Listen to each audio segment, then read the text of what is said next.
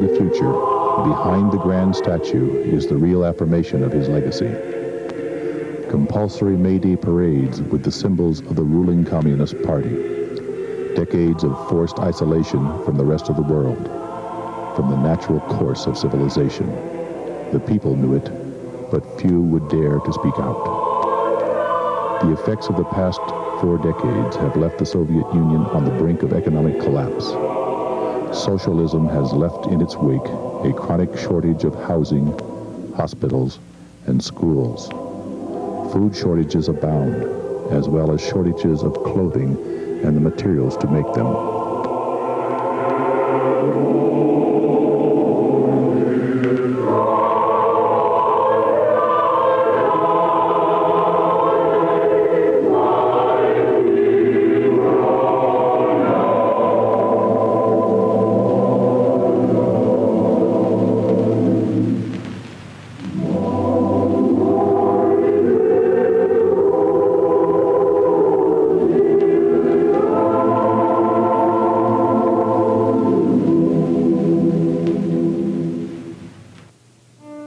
This is Kaunas, Lithuania, the second largest city in the independence-minded Baltic Republic.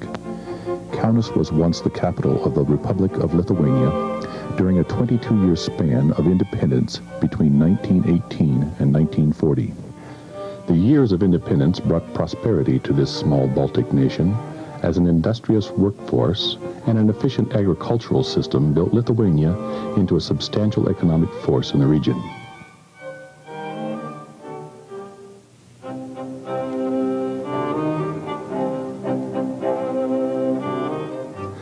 As Stalin and Hitler began to alter the face of Europe, Lithuania's strategic location and small army made it a target of Soviet and Nazi expansionism.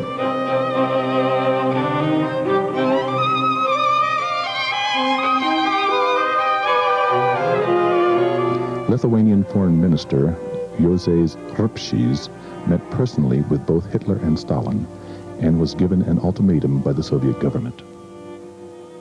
In 1940, the USSR, on various pretexts, handed Lithuania an ultimatum demanding that the Lithuanian Cabinet of Ministers resign and that they arrest Interior Minister Skukas and the Director of Internal Security Povilaitis. Moreover, the most important point in the ultimatum was the demand that the Lithuanians permit an unlimited number of Red Army troops to enter Lithuania and take possession of all important strategic points in Lithuania. Mr. Vyacheslav Molotov, chairman of the Council of Commissars and the Commissar of Foreign Affairs, stated that it did not matter whether Lithuania accepted or rejected the ultimatum. The Soviet Union will occupy Lithuania, regardless. The result of the Soviet occupation was the forced annexation of Lithuania into the Soviet Union. As troops marched in, the new puppet government proclaimed liberation of Lithuania. However, to be annexed is not to be liberated. Lithuanians fought guerrilla warfare for 8 years without assistance from outside democracies. And after 60,000 guerrillas were killed and the resistance crushed, the Soviets attempted to deprive Lithuanians of their culture and heritage.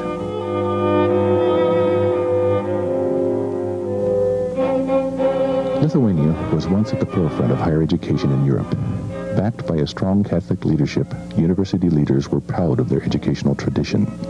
Students enjoyed state-of-the-art facilities and studied a wide range of subjects, all of which adhered to the standards of European education. Today, the Soviet educational system is wrought with shortages of basic supplies and teaching aids. In addition, textbook deficiencies reflect years of inadequate funding from the central government. If the socialist system was effective at anything, it was that of using the educational system for propaganda purposes. Children from an early age were drilled as to the evils of those outside the USSR and have repeated to them the virtues of socialism. This book is used to teach English to 4th grade students. This is a black boy. His name is Sam. Sam lives in the USA. Sam has no home.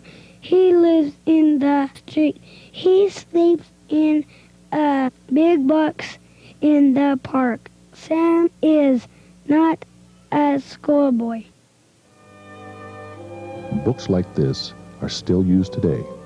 Although most teachers dislike using them, alternatives simply do not exist. In fact, the textbook shortage throughout the Soviet Union is only symptomatic of the educational crisis facing the country. But reflecting Lithuanian defiance of Soviet occupation is the reemergence of a university once closed by invading Soviets.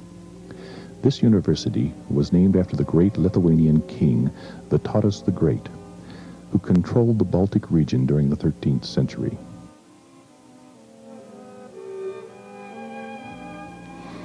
Vytautas Magnus University, or VMU, was established in 1922 and served as the national university of the independent Republic of Lithuania. In 1940, occupying forces of the Soviet Union reduced the scope of the university, killed or deported a major portion of the faculty, and eventually closed it in 1950. A restoration of the university began in 1989. A restoration council formed by a group of scholars, mostly from Kaunas and the United States, met to declare the university reopened and begin the process of restructuring.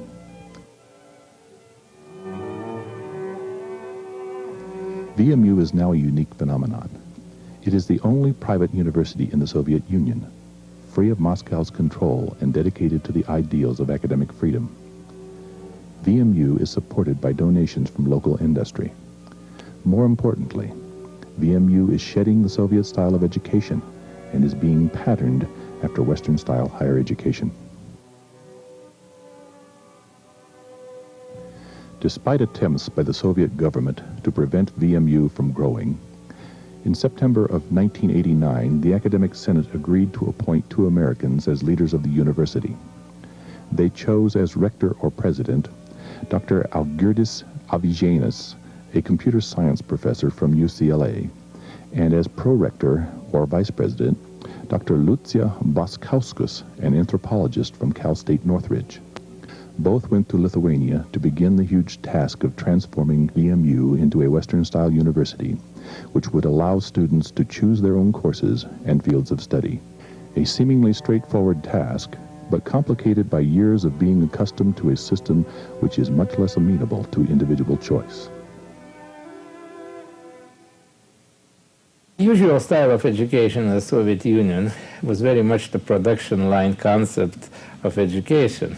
You admit so many students, you put them into the specialties, they're going to study for 5 years, and they march through very much in lockstep through 5 years, and they're given diplomas at the end of the 5 years, and they're sent off to work according to the state plan as well. Let me use an example, not of this university, but of another one I've just been working with, the Art Academy. Yeah, I should make. The Art Academy separated. To be an artist means that you already have professional training from the 3rd or 4th grade, and you are already you're put on a track, painting or sculpture or ceramics or drawing or whatever, printmaking. And then you enter, if you compete and you enter the Art Academy, you've already competed with others that have trained in that narrow specialty. And then when you enter in, you are already categorized as I'm going to be a graphic artist, or I'm going to be into textiles, or I'm going to be a professional in ceramics. And then you are apprenticed with the faculty there, maybe 3 or 4 faculty. And that's who you work with for 4 years. And you go to school in the classroom for 60 hours a week. That was the mode, 60 hours a week. And that means that they will put a plaster cast in front of you and have you draw a simple piece for hours and hours and hours at a time, and the faculty will go out and they'll have coffee and they'll go through town and see shows, and your student, as you know, you're supposed to suffer, and be chained to the classroom. The goal at VMU is to do away with the Soviet system and provide students with an opportunity to gain a degree which would be transferable outside the Soviet Union, something that today is unthinkable. We matched the structure of North American universities very closely, and European universities differ a great deal from country to country, but I've seen a trend of the European universities becoming more adaptable to transfer. So I believe that the way we're planning will make our students easily transferable, so they can spend some time over at one of the European or North American universities and then come back. I think that is a very significant objective. And we do hope that our university will be a model that the other universities and other institutions of higher education in Lithuania can use up to any extent they wish.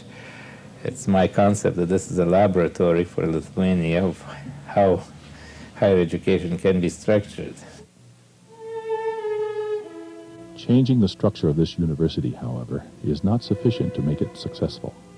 VMU is like every other university in the Soviet Union, lacking in basic educational supplies as simple as paper, pencils, and chalk. Even textbooks and library materials are in such short supply that VMU is seeking donations from universities around the globe to assist them in rebuilding their library. Students have resorted to photocopying textbooks, even copying copies of textbooks, simply to have this fundamental resource for their education.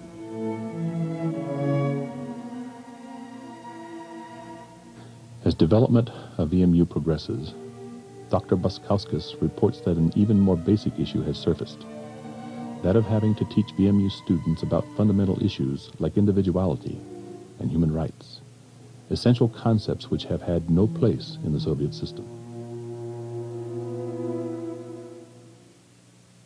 There's absolutely no sense of the individual rights, individual privacy, the notion of autonomy, the notion that one is free of a collective at any step of any way. Okay, it's reinforced at every level, every subtle level. And I think that's the most difficult thing that I have to transfer to people, because I am so used to being an independent, autonomous, free person. And I think that way. That's what I am. And when I see people who ask me, when I say human rights, they say, what are rights? What are rights? What are human rights? What is an individual right? What do you mean? Then all I can do is go through these minutiae and say, there are alternative ways of structuring simple behavior. Like this. This is what I mean. Because it's not the high concept. It's not freedom. It's every step of the way the society shapes or the structure shapes you, either being a slave or being a free person. By bringing about this new type of education to Lithuanian students, the results have brought about a new level of knowledge, not just to those living in Lithuania, but to the entire region. The potential exists for private schools to emerge throughout the Soviet Union as a direct result of Vytautas Magnus University, which currently is establishing the pattern for how to democratize education. I think the potential is turning the Soviet Union around. I think the potential is to be for the schools that are big, I think the potential is to see in action a small-scale, functioning free university, and to see it acting in all the steps in between. And I have no secrets. I'll share them with anyone here. I mean, I will just keep this for Lithuanians or the Balts. I'll share it with anybody in the system to see how it works, to be the cultural broker of putting bits and pieces together and seeing how it works with teams. There's a great deal of very honest interest in seeing how well we do, and I think, well, we have visited other universities, we have had invitations. Myself and the Prorectors have gone and met the faculty and have answered hundreds of questions about how we propose to proceed and what the differences are and why certain ideas might work well for Lithuania. Also quite a bit of concern whether the students here will be able to adapt to a different style, a different structure of university education, because they're so used to the standard 5-year curriculum and this partitioned kind of higher education where you join one group and emerge 5 years later. But in general, the interest has been very sincere, and I think we are going to be able to give them a lot of ideas they might try to adapt.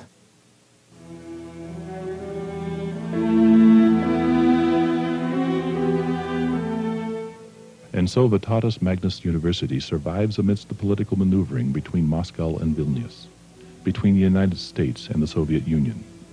Many factors could hamper the growth of this unique university, and unfortunately, the MU's success could depend upon decisions made outside of Lithuania.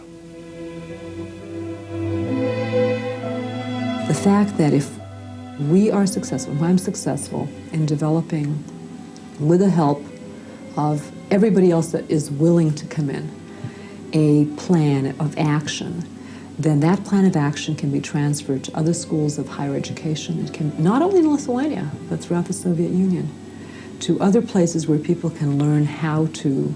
It's the how-to. How do you do it so that you nurture individuality, creativity, learning, freedom, ways of thinking that empower people to create.